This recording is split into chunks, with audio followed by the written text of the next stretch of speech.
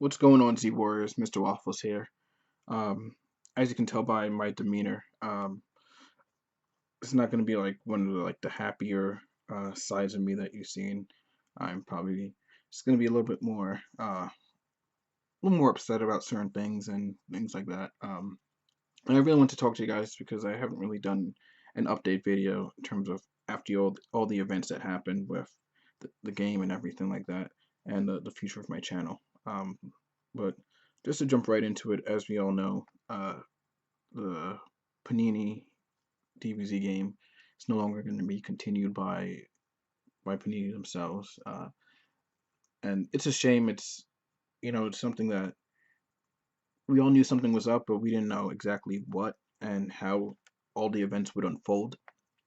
But you know, it's upsetting to kind of see a game with like one of the best mechanics I've ever played kind of just get shelved like that. Um, and it's always tricky when you have a Dragon Ball Z IP. There's a lot of things that really go into it. It's very popular, so a lot of people want to make money off of it. It's pretty big, and there's just a lot of things always kind of it seems like circling around it.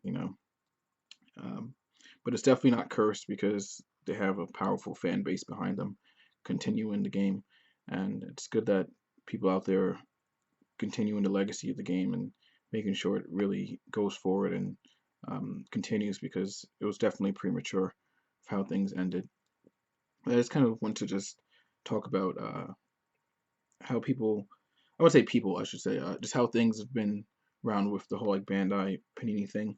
I don't fault anyone for faulting Bandai for what happened, but I do think some blame needs to be put on Panini as well. Everyone's on the boycott Bandai train, and I understand when a game that you love so much just kind of just gets pulled underneath you and it hurts, and it's you have a lot of different emotions like anger, sadness, frustration, a lot of things going on at once, and it's really hard to kind of process and really comprehend everything that's going on at once. And it's not a easy time for anyone for that matter. It definitely took a toll on everybody who played the game and loves the game. I'm just saying that the reason why I think Panini's also kind of at fault. Everyone's again blaming Bandai, is really just because I felt like they definitely knew way beforehand, and um, like any company like Bandai or Panini, these companies obviously just want to make money, and they don't care about who gets in their way, kind of thing. Um, and I just felt that the community never really took that side of understanding like, hey, Panini definitely screwed us over too, but just kind of blames everything on Bandai, which I think it's unfair. Like I'll place blame on both parties, but more so on Panini simply because I felt that they knew and just kind of you know never cared from the beginning. Like I would be more sympathetic for Panini if they actually cared about the game and actually showed interest since set one, or but it was never so. I mean, we've seen since the beginning we never had a functional website. We've been getting WordPress for all the information that we need. And you would figure if you're making a card game, or if you have a card game and it has a powerful IP being Dragon Ball Z behind it, you would at least want to have a functional website so that way when people see this new card game that has been revived 10 years later, so it's going to be a big impactful uh, thing, and not even have a functional website. Even to this day, we just have set one images on the website. Is that Bandai's fault? Like the fact that we didn't have like any really good advertisement for the game. We're talking about um, one of the biggest iconic animes in history of all time, and people didn't even know the game existed. People still don't know the game exists actually, and when you actually mention the game, they think of the old game 10 years ago. Yet we're in 2017 with all these different social media outlets, and people still don't know this game exists. But ban, boycott Bandai. I just feel like again, it's understandable to be angry and frustrated. At the same time, I just feel like just like a lot of misplaced judgment and a lot of things like that. Even up till now, we even had promos that had misprints on them, like the Red City Destruction being an MG combat card. I mean, these are promos cards that people want to seek after, that they want to win, and still misprints. Shows lack of quality control, lack of everything. And frankly, I just felt like Panini never cared from the jump. Uh, with I remember seeing somewhere on the retro where it had different pictures of the Bandai game, like deck boxes, cards, and all that stuff. And they even had like a schedule for when the game was going to be released, and it was interesting because you know in spring it's going to be released this year, and then that's for set one or booster one. Booster two is going to be in the summer of this year. Booster three is going to be in the fall of this year. Booster four is going to be in the winter of this year, and then booster five is going to be in the spring of next year, 2018. So they have this whole thing from start of 2017 all the way to the beginning of 2018. And I remember seeing this in 2016 around like October, no, I guess November-ish. So to know that that took some planning and some time for sure. And it's no coincidence that Super is being in English and is out this year, as well as obviously the Bandai game coming out this year. Obviously Bandai sees it as an opportunity to market the game. Super gets people hyped up, and hopefully that'll be an incentive for people to buy their game, which I don't blame any company for doing, because they're a company, they want to make money. I get it. Uh, what I don't get is how people don't really see how not only that this took some time, but I felt like Panini knew for a while, like this is something that you just kind of don't do overnight and just be like one day, hey, let's just release our game during this time. If they released a game, like no one would, they would have some kind of interest, but you would get more hype if obviously Super is coming out in English and you release a Japanese game that's based on Super same year in America. It's all the pieces just like just to kind of add up, and not to mention that the time it takes for the dubbing and all that stuff, that's a lengthy process in itself, a lot of operational work behind it. So it's not just Super just comes out, or it came out actually like a couple of days ago in English, which definitely took a couple of months well before of planning and time.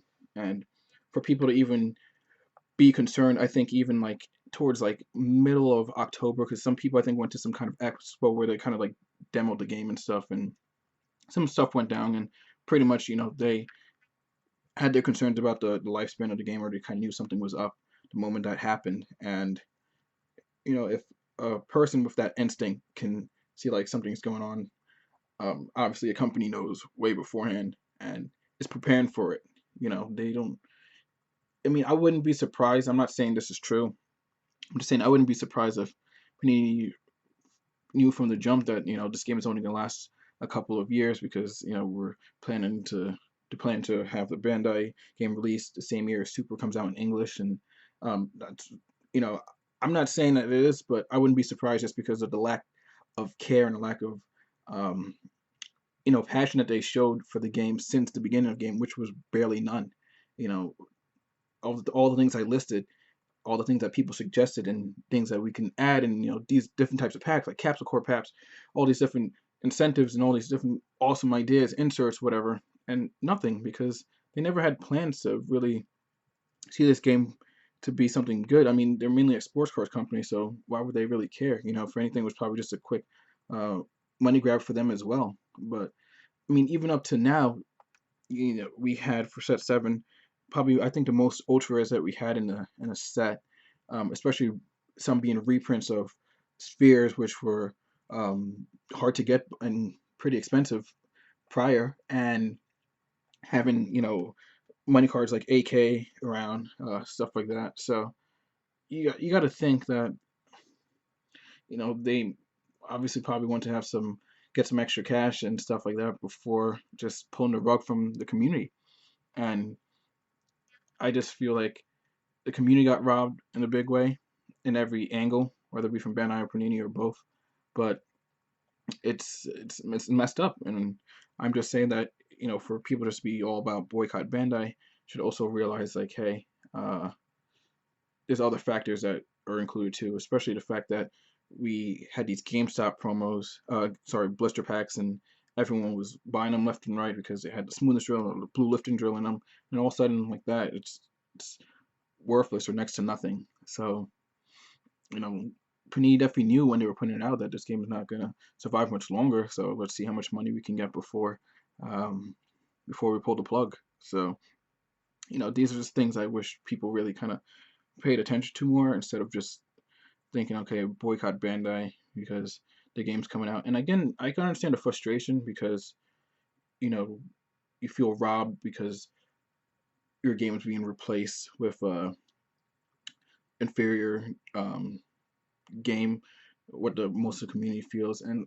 I get it, but it's not the card game's fault. These companies that behind closed doors is what they're doing, and that's just life as it is. A lot of things are just going to be unfair and going to come unexpectedly and just take a turn for the worse sometimes. But you shouldn't be malice or so vexed where you feel that it's game's fault, death to the game. I hope the game dies because they took my game away. Like I wish both can coexist. Like I would never trade a Bandai game for Panini at all.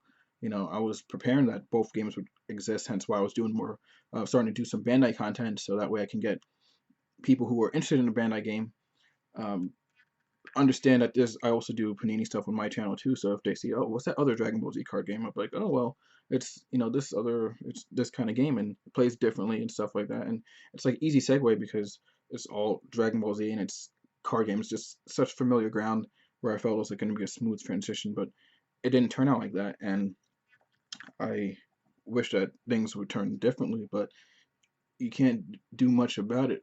But the community is doing something with what they're given, and I appreciate and I applaud them for that, which is very commendable.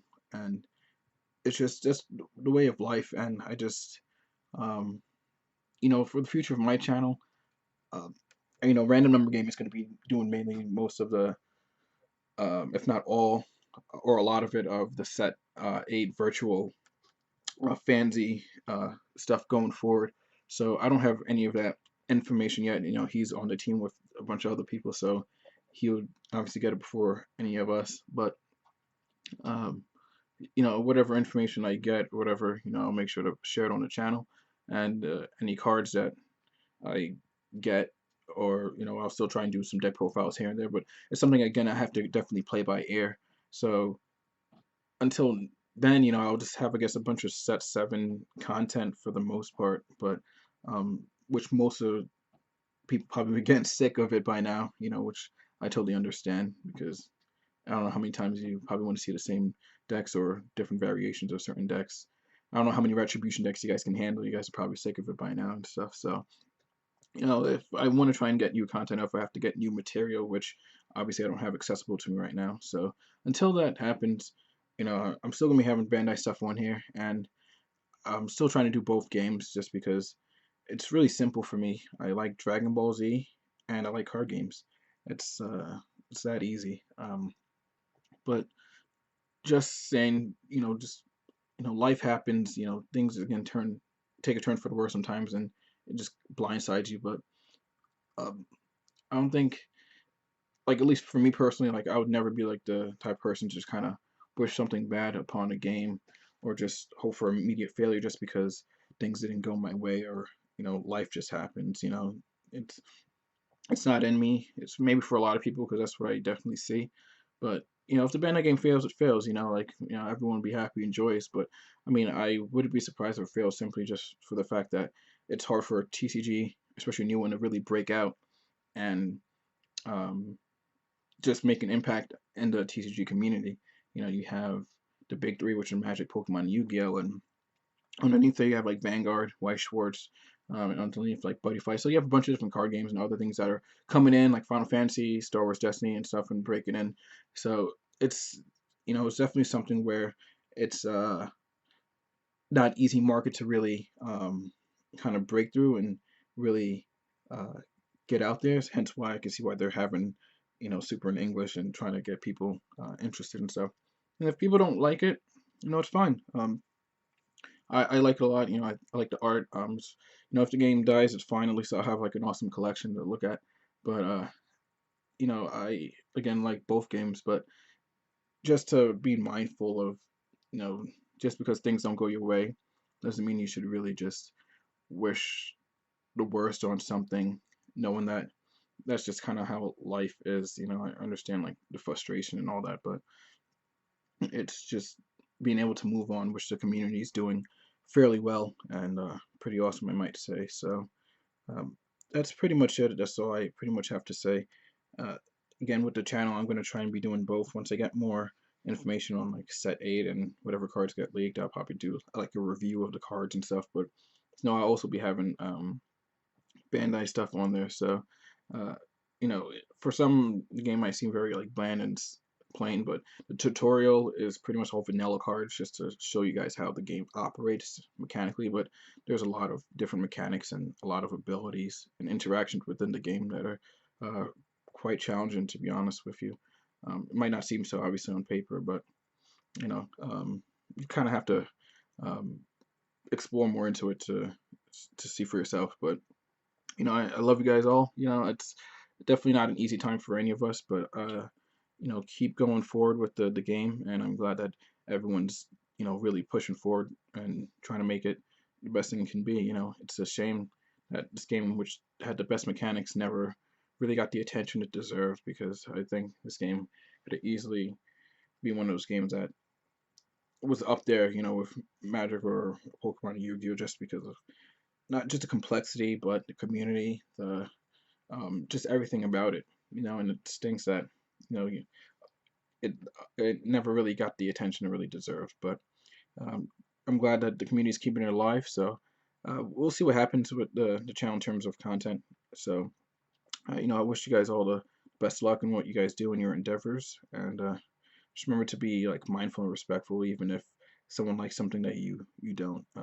But that's pretty much all I have to say. So again, sorry for the melancholy demeanor, but that's kind of how I just feel right now. So until next time, guys.